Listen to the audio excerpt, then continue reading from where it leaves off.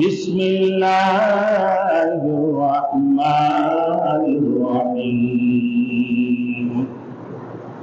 وَإِذْ قَالَ مُوسَىٰ لِقَوْمِهِ يَا قَوْمِ لِمَ تُؤْذُونَنِي وَقَدْ تَعْلَمُونَ أَنِّي رَسُولُ اللَّهِ إِلَيْكُمْ۔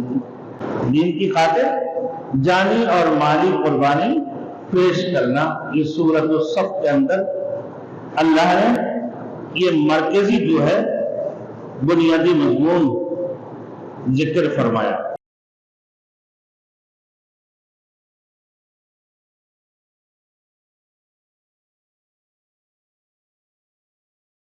Thanks for watching. Don't forget to like, comment, share and subscribe to Maulana Habibullah Rouhani Official. الحمد لله نحمده ونستعينه ونستغفره ونؤمن به ونتوكل عليه ونعوذ بالله من شرور أنفسنا ومن سيئات أعمالنا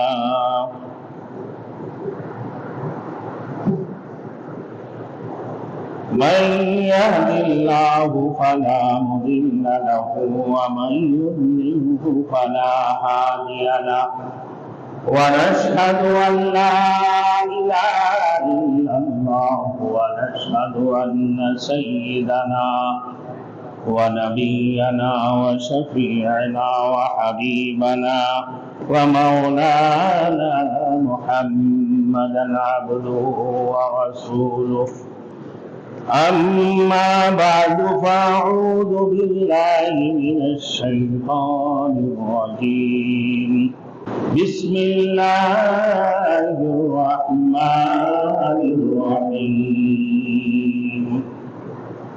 وَإِذْ قَالَ مُوسَىٰ لِقَوْمِهِ يَا قَوْمِ لِمَ تُؤْذُونَنِي وَقَدْ تَعْلَمُونَ أَنِّي رَسُولُ اللَّهِ إِلَيْكُمْ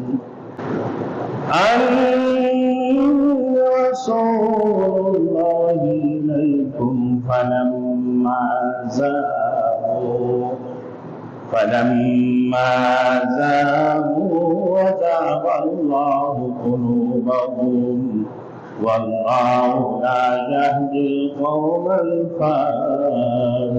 الفاسقين صدق الله مولانا العظيم۔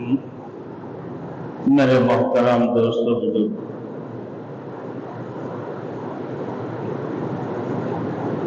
پہلے جو صورتیں گزرے ہیں میرے دوستوں، سورۃ الممتحنہ دشمنان خدا، دشمنان رسول، دشمنان کتاب اور دشمنان دین کی ساتھ دستی کرنے سے منع فرمایا اللہ رب العزت نے، منع کیا گیا تھا۔ اور اس صورت کے اندر اللہ رب العزت نے مرکزی مضمون ذکر فرمایا، دین کی خاطر جانی اور مالی قربانی پیش کرنا۔ دین کی خاطر جانی اور مالی قربانی پیش کرنا، یہ سورۃ الصف کے اندر اللہ نے یہ مرکزی جو ہے بنیادی مضمون ذکر فرمایا۔ اور اس سورہ میں اللہ کی راہ میں جہاد کرنے کا بھی حکم دیا جا رہا ہے۔ حدیث شریف میں حضور صلی اللہ علیہ وسلم کا فرمان ہے، ضربۃ سنامہ جہاد، اسلام کی کوہان کی بلندی جہاد ہے، اسلام کی کوہان کی بلندی جہاد ہے۔ جس طرح کوہان اونٹ کے جسم کا بلند ترین حصہ ہوتا ہے، تو اسی طرح اسلامی احکام میں بلند تر حکم جہاد فی سبیل اللہ ہے۔ اسلام کے احکام میں بلند ترین حکم جہاد فی سبیل اللہ، اللہ کے راستے میں جہاد کرنا ہے۔ اس کی وجہ سے اہل ایمان کو عزت حاصل ہوتی ہے اور دین کو عزت و وقار اور غلبہ حاصل ہوتا ہے۔ دشمن کو مغلوب کرنے کے لیے بھی جہاد ضروری ہے، کیونکہ دشمن ہمیشہ دین کو مٹانے کی کوشش کرتا ہے۔ اور اس سلسلہ میں اللہ تعالیٰ نے حضرت موسیٰ علیہ السلام اور آپ صلی اللہ علیہ وسلم کی قوم کا ذکر فرمایا۔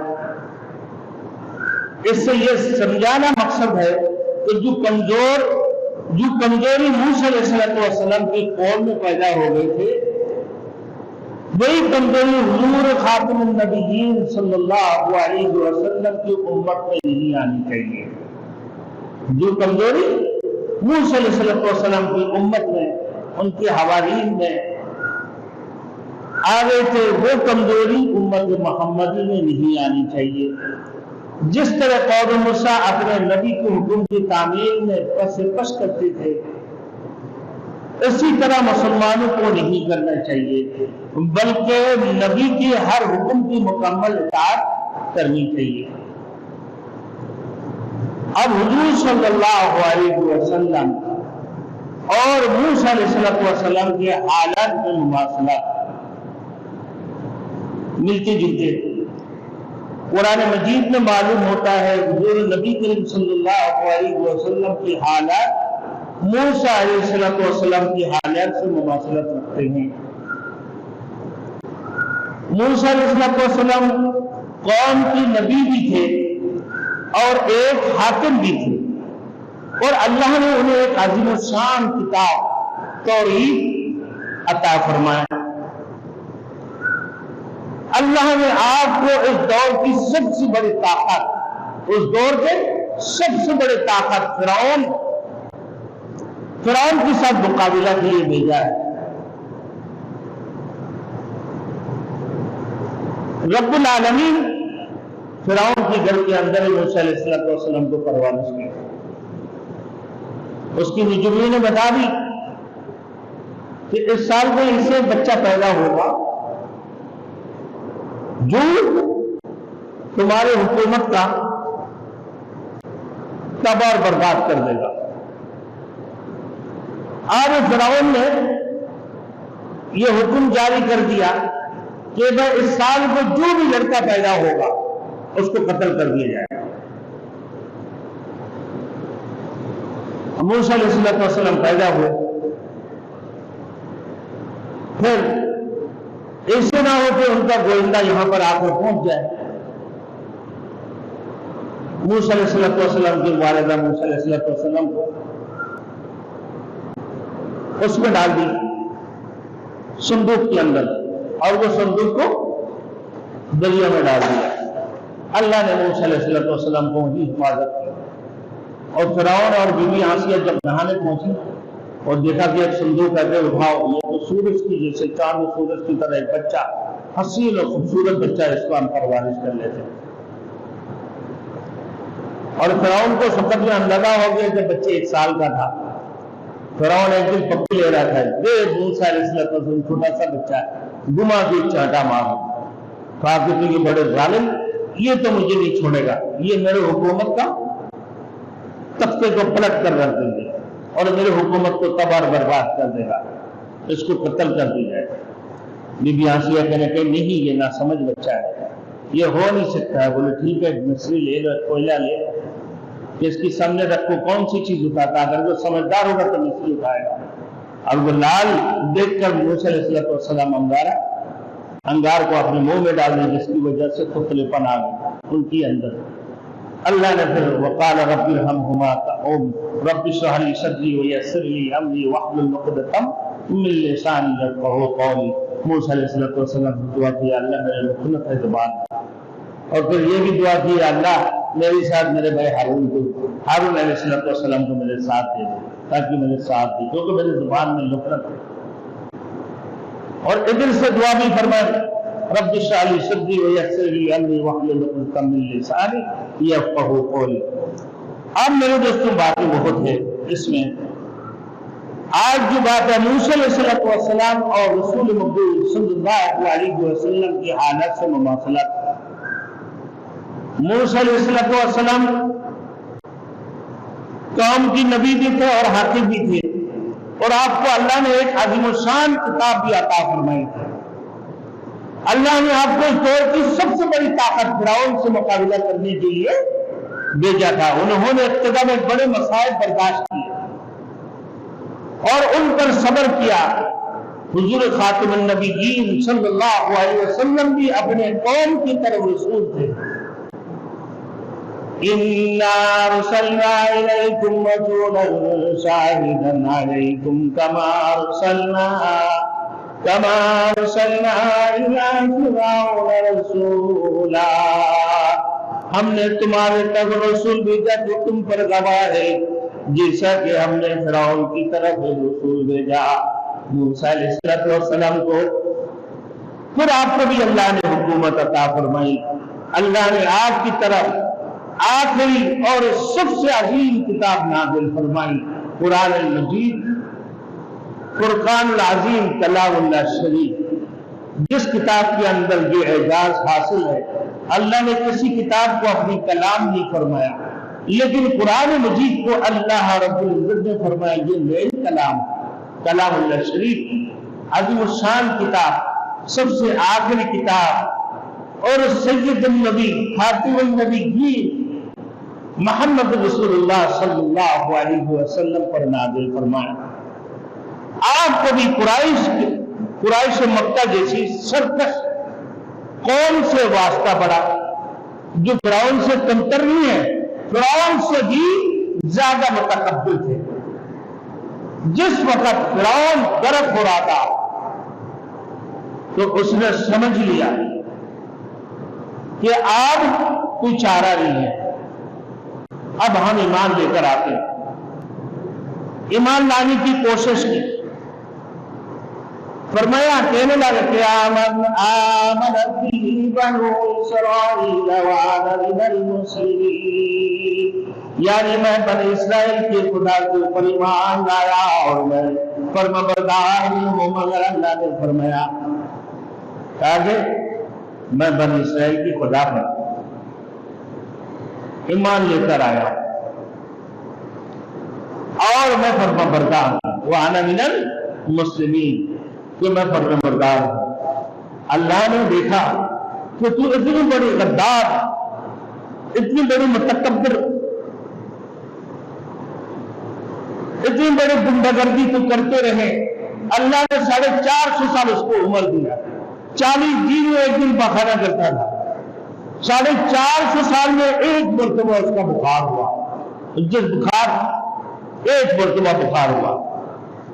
اب نے جادوگروں کو لگا دیا کہ موسیٰ علیہ السلام جادوگر ہے، اس سے مقابلہ کے لیے تم تیار ہو جاؤ. تم لوگ بھی اس کی جادوگر کے لیے تیار ہو جائے، اس کے ساتھ مقابلہ کرنے کے لیے.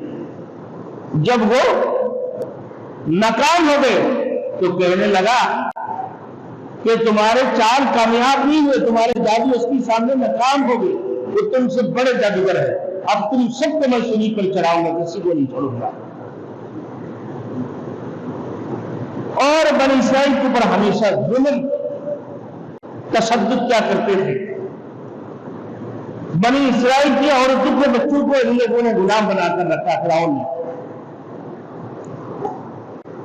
میرے دوستوں، آخری وقتوں میں جب دریا نیل میں اللہ نے اس کو غرق کر رہے تھے، مقابلہ کے بعد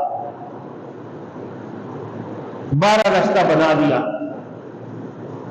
12 قوم کے لیے موسیٰ علیہ السلام کو اللہ نے وہ موسیٰ تیرے ہاتھ میں جو عصا ہے اس کو چھوڑ دے. جب چھوڑا میرے دوستوں بڑا التہاب بن گیا، اور جب پانی کے اوپر ہمارا 12 راستہ بن گیا اور ہر قوم اپنے ایک دوسرے کو دیکھ رہے شیشے کی طرح گزر رہا تھا. یہ پار ہو گئے. جب فرعون دریا نیل سے آگے جانے لگے تو اس کی گھوڑے، کیونکہ جانور تقریباً اپنے اس کی آنکھوں میں پردے نہیں ہوتے، گھوڑے دکھتے ہیں عذاب، اس کی گھوڑے آگے بڑھنے نہیں چاہ رہا تھا. اللہ رب العزت نے جنت سے گھوڑے کو لا کے پیش کر دیا کہ اس کی آگے چل کھڑے ہو، اور فرعون کی گھوڑے اس سے آگے چھلانگ لگا دی جس سے گھوڑی کو دیکھیں اور اسے ہی غرق ہو گئے. تو میرے دوستوں اسی وقت وہ کہنے لگا آمنت بنو اسرائیل وانا من المسلمین، یعنی میں بنی اسرائیل کی خدا پر ایمان لایا ہوں اور میں فرما بردار بھی ہوں، مگر اللہ نے فرمایا آنا وقد عصیت قبل وكنت من المفسدین، آپ ایمان لاتے ہو، تجھے ابھی رب یاد آیا، اللہ تجھے ابھی یاد آیا، موسیٰ کے رب بنی اسرائیل کا خدا ابھی یاد آیا تجھے، اب ایمان لاتے ہو، ساری عمر تو نافرمانی اور گنڈا گردی میں تو نے گزار دیا، ساری عمر تو نے نافرمانی اور گنڈا گردی کرتے رہے، اب جب کہ موت کی فرشتہ تجھے نظر آنے لگا اور پھر میرے دوستوں غیب کا پردہ اٹھ گیا، پھر آپ تو ایمان لانے کا کہتا ہے کہ آمنت بھی بنی اسرائیل، میں بنی اسرائیل کے خدا کے پر ایمان لے کر آتا، ایمان لے آیا، پھر کہتا ہے وَأَنَا مِنَ الْمُسْلِمِينَ، اور میں فرما بردار میں سے ہوں۔ اللہ نے فرمایا ابھی یاد آیا تجھے، 450 سال اللہ نے تجھے زندگی دی، 40 دن میں ایک دفعہ تو بخانہ کرتا تھا، 450 سال میں ایک مرتبہ اس کا بخار ہوا، اور تو کہتا تھا قال انا ربکم الاعلی، تمہارے رب سے سب سے بڑا رب ہے، میری اطاعت کرو، میری عبادت کرو، اور ہمیشہ تکبریت کے اوپر، اور پھر اپنے اتنے بڑے مکان بنایا کہ میں کھڑکیوں سے اپنے جو ہے نا قوم کو دیکھتے رہوں گا، اللہ نے اس کو بھی تباہ برباد کر دی، اشارہ چاہیے ہوتی ہے رب کو۔ اب میرے دوستوں اسی طریقے سے قریش مکہ کا غرور تکبر بھی، تکبر اس سے کم نہیں تھے۔ جنگ بدر میں ابو جہل کو 2 نوجوانوں نے قتل کر دیا،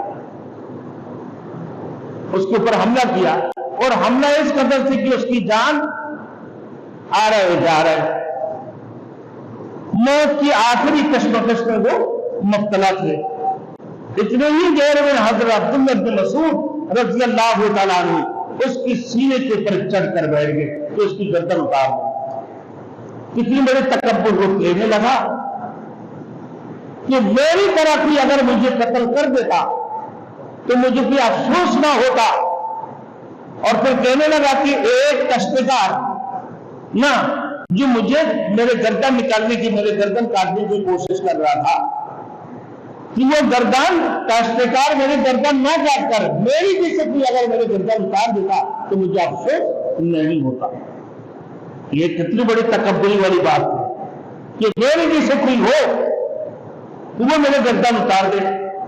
عبداللہ بن مسعود رضی اللہ تعالیٰ عنہ کو کاشتکار کہہ کر وہ کہنے لگا یہی میرے گردن اتار دے۔ آخری وقت میں اس قسم کی تکبر اور غرور تھے اس کے اندر۔ اسی طریقے سے کثرت تکبری، حضور علیہ السلام کو کثرت جیسے سپر طاقت کے ساتھ بھی واسطہ بڑھے، رسول مقبول صلی اللہ علیہ وسلم تقریباً 7 ہجری کو پورے دنیا کی بادشاہوں کو اپنا خطوط بھیجے ہیں، ارسال کی ہے، اسلام کی بلندیت کے لیے اسلام کی دعوت دی۔ ان میں سے ایک خط کسرا ایران کی بادشاہ خسرو پرویز کو بھی بھیجا، اور اس خطوط کو لے کے جانے کے لیے خط کو عبداللہ بن حذیفہ رضی اللہ تعالیٰ عنہ کو بادشاہ کو پیش کیا، تو وہ پڑھ کر بڑے غصہ میں آ گیا۔ رسول مقبول صلی اللہ علیہ وسلم کے خط کو پڑھ کر بڑے غصے میں آ گیا اور اس کے پھاڑ کر اس کو ٹکڑے ٹکڑے کر دیا، اور پھر جاتے وقت ان کو ایسے ذلیل کیا کہ ایک مٹی کا ٹکڑے جو ہے نا حضرت عبداللہ بن حذیفہ رضی اللہ تعالیٰ عنہ کی سر پر اٹھا دیا۔ اپنے ساتھیوں کے پاس جب جا کر پہنچے، بڑے ذہین آدمی تھے حضرت عبداللہ بن حذیفہ رضی اللہ تعالیٰ عنہ، وہ کہنے لگا آج ایران کی سرزمین میرے سر کے اوپر خسرو پرویز نے اٹھا دیا، ایران کی سرزمین کو خسرو پرویز نے میرے سر پر اٹھا دی۔ اپنے ساتھیوں کو خوشخبری دے رہا ہے، مٹی کا ٹوکری اٹھایا۔ جب رسول مقبول صلی اللہ علیہ وسلم کے پاس یہ واقعہ پیش کیا حضور صلی اللہ علیہ وسلم نے فرمایا کہ اس شخص نے میرے خط کو ٹکڑے ٹکڑے کیا، اللہ تعالیٰ اس کی سلطنت کو بھی پرا پرا کر دے گا۔ میرے دوستوں، کچھ ہی عرصہ کے بعد آپس میں ان میں جنگ چھڑ گئی، اختلافات شروع ہو گئی اور ان کی سلطنت ٹکڑے ٹکڑے ہو گئی، اور پھر حضرت عمر فاروق رضی اللہ تعالیٰ عنہ کے زمانہ میں یہ سلطنت مکمل طور پر فتح ہو گئی۔ یہ تو اشارہ غزوہ احزاب میں اللہ رب العزت نے دے دیے جب جبرائیل امین تشریف لائے۔ اس وقت مختصر وقت سن لیں واقعہ کہ غزوہ احزاب کی خندقی جب کھدنا شروع کری، حضرت ابو ذر غفاری رضی اللہ تعالیٰ ان کی حصہ میں بھی ہر بندے کی حصہ میں 10 خندقیں پڑے، تو اب ان کی گروپ والے جب وہ کھدائی شروع کر دی، ایک پتھر چکنے قسم کی آگ، وہ پتھر توڑ نہیں رہے بلکہ اوزار کے نقصان پہنچ رہا ہے، جس کی وجہ سے صحابہ اجمعین کہنے لگا کہ ہم اس کو تھوڑی سی ٹیڑھا کریں۔ بولے نہیں، اللہ کے رسول نے لکیر کھینچ دی، اس سے نہ آگے ویسے پیچھے نہ دائیں نہ بائیں، سیدھے سیدھے چلنا۔ اب آگے خود چلو، اللہ کے رسول کے پاس مشورہ کر دیتے، یا رسول اللہ اسی سے بات ہے، چکنے پتھر توڑ نہیں رہے، ہمارے اوزار توڑنا شروع ہو۔ اللہ کے رسول صلی اللہ علیہ وسلم اپنا چادر اٹھائی، کندھے میں رکھے اور پھوڑے کندھے میں لی اور لے کر وہاں پہنچو سی خندق کے اندر۔ جانے کے بعد اللہ کے رسول فرمایا وَتَمَّتْ كَلِمَةُ رَبِّكَ صِدْقًا وَعَدْلًا لَا مُبَدِّلَ لِكَلِمَاتِهِ وَهُوَ السَّمِيعُ الْعَلِيمُ۔ یہ کہہ کر اللہ کے رسول نے پھوڑے مارا، دو ٹکڑے ہو گئے۔ وَتَمَّتْ كَلِمَةُ رَبِّكَ صِدْقًا، رب اپنے کلمہ کو پورا کرتے ہیں، یہ سچائی ہے، اس میں کوئی شک نہیں ہے۔ لا مبدل کلماتی وهو السمیع العلیم، کوئی اس کو رد و بدل نہیں کر سکتے، کوئی اللہ سننے والے اور جاننے والے ہیں۔ دوبارہ پڑھی، پھر مارا، پھر 2 ٹکڑے، پھر مارا، 3 ٹکڑے، 6 ٹکڑے ہو گئے۔ ابو ذر غفاری رضی اللہ تعالیٰ عنہ کہنے لگا یا رسول اللہ، جب آپ پھوڑے مار رہے تھے فقط میں چنگاریاں نکلے، وہ کیا تھے؟ رسول اللہ صلی اللہ علیہ وسلم نے فرمایا یہ ابو ذر غفاری آپ سن لیں، نہیں سوری، حضرت سلمان فارسی رضی اللہ تعالیٰ عنہ، ابو ذر غفاری نہیں تھی، میرے سے تھوڑی سی باتیں غلطی ہو گئی، حضرت ابو ذر غفاری نہیں تھے، حضرت سلمان فارسی تھے۔ یا رسول اللہ کی چنگاریاں نکل رہی تھی، وہ کیا؟ اللہ کے رسول نے فرمایا کہ جب میں نے پہلی مرتبہ پھوڑے مارا، جبرائیل امین تشریف لائے تو وہ کہنے لگا کہ یہ تمہیں یثرب فتح نصیب ہوگی۔ اس کی بات کہنے لگا یا رسول اللہ، پھر کہ 200 چنگاریوں میں کہنے لگا تمہیں فتح مکہ حاصل ہوں گے۔ پھر اس کی بعد جو چنگاریاں تھے کہا کہ روم کی عالی شان اور سرخ محلہ تمہیں حاصل ہوں گے۔ تو عمر فاروق رضی اللہ تعالیٰ عنہ کے دور میں وہ فتح حاصل ہوا۔ اب آئیے بنی اسرائیل، قوم موسیٰ علیہ السلام میں ایک بڑی خرابی یہ کہ وہ آپ میں نبی کے حکم کی تعمیل نہیں کرتے تھے بلکہ ٹال مٹال سے کام لیتے تھے۔ موسیٰ علیہ السلام نے ایک قتل کی سراغ لگانے کے لیے اللہ سے دعا فرمایا، اللہ نے فرمایا ایک گائے ذبح کر دو، اور قوم موسیٰ کیا کہنے لگا گائے کیسے ہونا چاہیے، اس کی رنگ کیسے ہونا چاہیے، اس کی صورت کیسے ہونا چاہیے، وہ گبن ہو یا بغیر گبن کی ہو، اور اتنے سارے باتیں جتنے کہتے رہے اور موسیٰ علیہ السلام اتنے آگے بڑھاتے رہے اور اللہ اس کو اتنا ہی ہدایت، اس کے لیے اتنا مشکل مرحلے ہو گئی۔ اب ایسے ایک ملا بھی آتے دیہاتی کے پاس کاشت کر کے یہ تو میرا ہے، اور تاکہ اس کی جتنے وزن ہے اس حساب سے ہم تمہیں سونا چاندی تول کر کے دے دیں گے، بڑھایا خود اپنی مرضی سے۔ یہ بنی اسرائیل کی یہودیوں کی عادت ہے، باقی گوشت کی ایک ٹکڑا اگر لگا دیتے جس کو قتل کیا مقتول کے پر، تو وہ خود بخود بول دیتے کہ کس نے قتل کیا۔ اب اتنے سارے شرائط تم دیتے رہے اپنے مرضی سے۔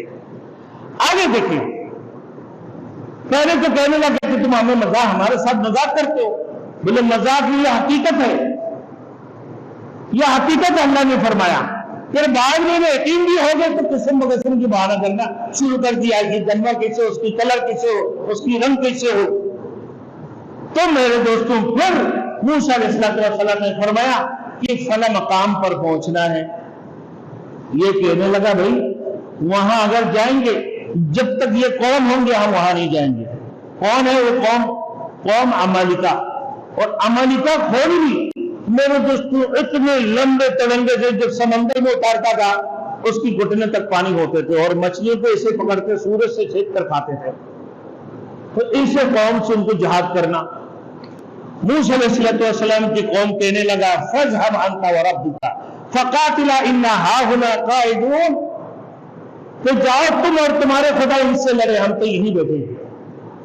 اپنے نبی کو جواب دے رہے جو ایک حاکم بھی تھے اور اللہ کے رسول بھی تھے۔ اللہ نے فرعون سے مقابلہ کرنے کے لیے بھیجا۔ میرے دوستوں ان کی قوم کو فرعون سے آزاد کرانے کے لیے، لیکن یہ قوم اسے ڈیٹ ہے۔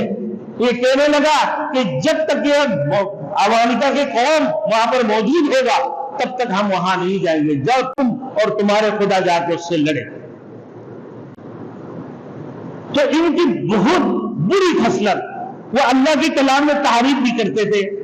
یحرفون الکلم عن مواضعہ ویقولون سمعنا وعصینا، یہ لوگ کلمات کو ان کی مقامات سے بدل دیتے تھے اور کہتے تھے کہ ہم نے سن لیا اور نہیں مانا۔ موسیٰ علیہ السلام سے درخواست کہ ہمارے لیے کوئی قانون، یہ لوگ پھر یہ کہنے لگا کہ ہمارے لیے کوئی قانون بھی ہونا چاہیے، کوئی کتاب بھی ہو جس سے ہمیں ہدایت بھی ملے، ہم صحیح راستے پر بھی چلے، ہمارے لیے کوئی قانون ہونا چاہیے۔ جب اللہ سے درخواست کی موسیٰ نے، اللہ رب العزت نے فرمایا کہ جاؤ 40 دن کے اعتقاب میں لو طور، کوہ طور میں جا کر۔ موسیٰ علیہ السلام نے 40 دن کی چلہ کرنے کے بعد اللہ نے موسیٰ علیہ السلام کو توحید عطا فرمایا۔ اپنے قوم کے پاس جب لے کر آئے بولے ہمیں کیا معلوم یہ اللہ کی کتاب ہے، اللہ کی قانون ہے، ہم تو نہیں کر رہے ان سے۔ اللہ رب العزت نے وَرَفَعْنَا فَوْقَكُمُ الطُّورَ، بعض جگہ میں اسی لیے ہے کہ اللہ رب العزت نے ان کو آسمان کی آبر کو ان کے اوپر لا کے بٹھا دی کہ دیکھ گئی اب تمہیں ختم کر دیں گے، ماننا یا نہیں، اس کو مضبوطی سے پکڑ لے اور اسی کے مطابق عمل کر، یہ تمہارے لیے کامیابی ہے۔ مانتا یا نہیں؟ بولا ہاں ہم مان رہے۔ یہ قوم ہے بنی اسرائیل، یہ یہودی۔ تو میرے دوستوں بنی اسرائیل کی نافرمانیوں کی وجہ سے اللہ نے فرمایا وَجَعَلْنَا قُلُوبَهُمْ قَاسِيَةً، ہم نے ان کی دلوں کو سخت کر دیا۔ پھر یہی خرابی نہ بڑھتے بڑھتے ان کی گمراہی کا ان کا ذریعہ بن گیا۔ اب یہ اللہ کی غضب میں ہو گئے، اللہ ہمیشہ اللہ کی لعنت ان کے اوپر ہوتے رہے۔ اور اس کی بعد اس قوم کے اصلاح کے لیے ہزاروں نبی دنیا کے اندر تشریف لائے، عیسیٰ علیہ السلام تک ہزاروں نبی تشریف لائے موسیٰ علیہ السلام کی بعد۔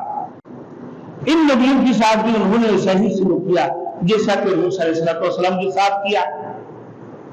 اب میرے دوستوں حضور صلی اللہ علیہ وسلم کی صحابی کا جانثاری دیکھیں، قوم موسیٰ کی برخلاف حضور علیہ السلام کی صحابہ کی جانثاری کی واقعات تاریخ بڑی بڑی ہے۔ رسول محمد صلی اللہ علیہ وسلم کی بدر کے موقع پر مہاجرین سے بار بار یہ مشورہ لینے کی اعلان کرتے رہے کہ آپ لوگ کیا کہتے ہو جنگ بدر کے متعلق کہ جنگ شروع کی جائے۔ تو حضرت ابوبکر صدیق و عمر فاروق رضی اللہ تعالیٰ عنہ کہنے لگا یا رسول اللہ آپ برحق نبی اللہ کی سچے نبی، آپ نے جو کچھ لے کر آئے وہ سچی ہیں اور اسی کے اوپر روا دوا رہا۔ اسی میں حضرت مقداد بن عمر رضی اللہ تعالیٰ عنہ اٹھے عرض کیا یا رسول اللہ صلی اللہ علیہ وسلم، اللہ نے آپ کو جو راہ دکھائی ہے اس پر آپ رواں دوا رہے ہیں، ہم آپ کے ساتھ ہیں، خدا کی قسم ہم آپ سے وہ بات نہیں کریں گے جو بنی اسرائیل اپنے نبی سے کہتے تھے کہ جاؤ تم اور تمہارے خدا جا کے ان سے لڑو، لیکن ہم نہیں کہیں گے۔ پھر بھی حضور صلی اللہ علیہ وسلم اعلان کرتے رہے، بار بار فرماتے رہے کہ آئے نبیوں مجھے مشورہ دو۔ آپ کا اشارہ ہے انصار کی طرف، یہ مہاجرین میں سے ابوبکر صدیق اور عمر فاروق رضی اللہ تعالیٰ عنہ نے فرما دی، اور مقداد بن عمر رضی اللہ تعالیٰ عنہ نے بھی فرما دیا۔ اب ان میں سے سعد بن معاذ اور سعد بن عبادہ رضی اللہ تعالیٰ عنہ یہ دونوں بھی کہنے لگا یا رسول اللہ ہم تو آپ پر ایمان لائے ہیں اور آپ کی تصدیق کی اور گواہی دی کہ جو کچھ آپ لے کر آئے وہ برحق ہے، اگر آپ ہمیں حکم دیں تو ہم، اور گواہی بھی ہے آپ کی، اگر آپ ہمیں حکم دیں گے تو ہم اپنے گھوڑے سمندر میں ڈال دیں گے اور ہم آپ کے حکم کی نہ ہر حکم کی تعمیل کریں گے اور ہر مشکل سے مشکل مہم پر جانے کے لیے تیار ہے۔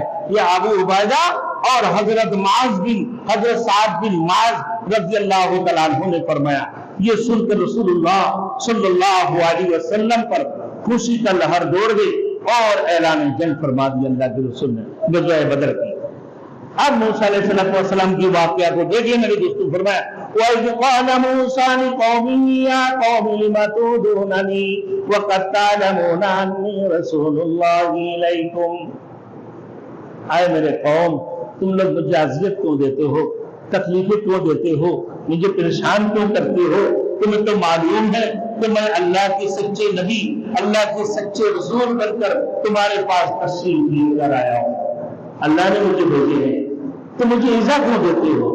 یا قوم لم تؤذوننی وقد تعلمون، جب کہ تمہیں معلوم ہے انی رسول اللہ الیکم، میں تمہارے پاس اللہ کی طرف سے رسول، سچے رسول بن کر تشریف لایا ہوں۔ اللہ نے پھر دوسری جگہ پر محمد کو کہہ دیا لا تکونوا کالذین آذوا موسیٰ، حضور صلی اللہ علیہ وسلم کی امتیوں سے خطاب ہے کہ تم بھی ان لوگوں کی طرح نہ ہو جانا جنہوں نے موسیٰ علیہ السلام کو تکلیف پہنچائی۔ میرے دوستوں اسی طریقے سے آگے دیکھیں، پھر فرمایا کہ ہمیشہ موسیٰ علیہ السلام کا پردہ رہتے تھے۔ ایک دفعہ اسے ہوا کہ یہ لوگ کہنے لگا کہ موسیٰ علیہ السلام کو فنا بیماری ہے، یعنی آدرا کی بیماری، جس کا پوتا پھول جاتی ہے، پانی بھر جاتی ہے یا پیپ آ جاتی ہے، یہ چربیاں آ جاتی ہیں، اس کو آپریشن بھی ہوتا ہے، تو یہ بیماری ہے۔ تو موسیٰ علیہ السلام کا عادت مبارکہ پہ ہمیشہ باپردہ نہاتے تھے، وہ سارے ننگے ہو کر نہاتے تھے، لیکن موسیٰ علیہ السلام کبھی ننگا نہیں ہوتے تھے۔ ایک دفعہ ایسے ہوا، وقت ہو گیا، موسیٰ علیہ السلام دریا میں نہانے گئے، پتھر کے اوپر اپنا کپڑا رکھا، وہ پتھر لے بھاگے موسیٰ علیہ السلام کے کپڑے کو، بولے میرے کپڑے، بکتے رہے۔ اتنا دیر میں سب نے دیکھ لیا کہ موسیٰ علیہ السلام اس الزام سے پاک ہے، تو فبرأہ اللہ مما قالوا، اللہ نے بری کر دیا اس الزام سے کہ نہیں، اس قسم کی کوئی بات نہیں ہے۔ آج دیکھو میرے دوستوں، ایک مرتبہ غزوہ حنین میں رسول مقبول صلی اللہ علیہ وسلم مال غنیمت تقسیم فرما رہے تھے، تو اس میں سے ایک بندہ اٹھ کے یا رسول اللہ آپ انصاف سے تقسیم کریں۔ اللہ کے رسول نے فرمانے لگا کہ میں انصاف سے تقسیم نہیں کروں گا تو اور کون انصاف سے تقسیم کریں گے، جبکہ اللہ اس کی فرشتہ بھی مجھے امین سمجھتے ہیں۔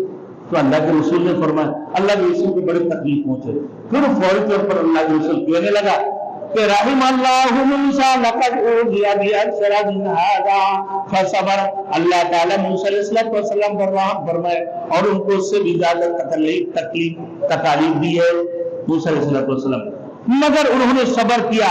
موسیٰ علیہ السلام نے قوم سے فرمایا کہ تم مجھے تکلیف دیتے ہو، اللہ کہ میں اللہ کے رسول ہوں، مجھے کیوں اذیت پہنچاتے ہو؟ پھر فلما زاغوا ازاغ اللہ قلوبہم، آگے فرما رہے اللہ نے ان کی دلوں کو ٹیڑھا کر دیا۔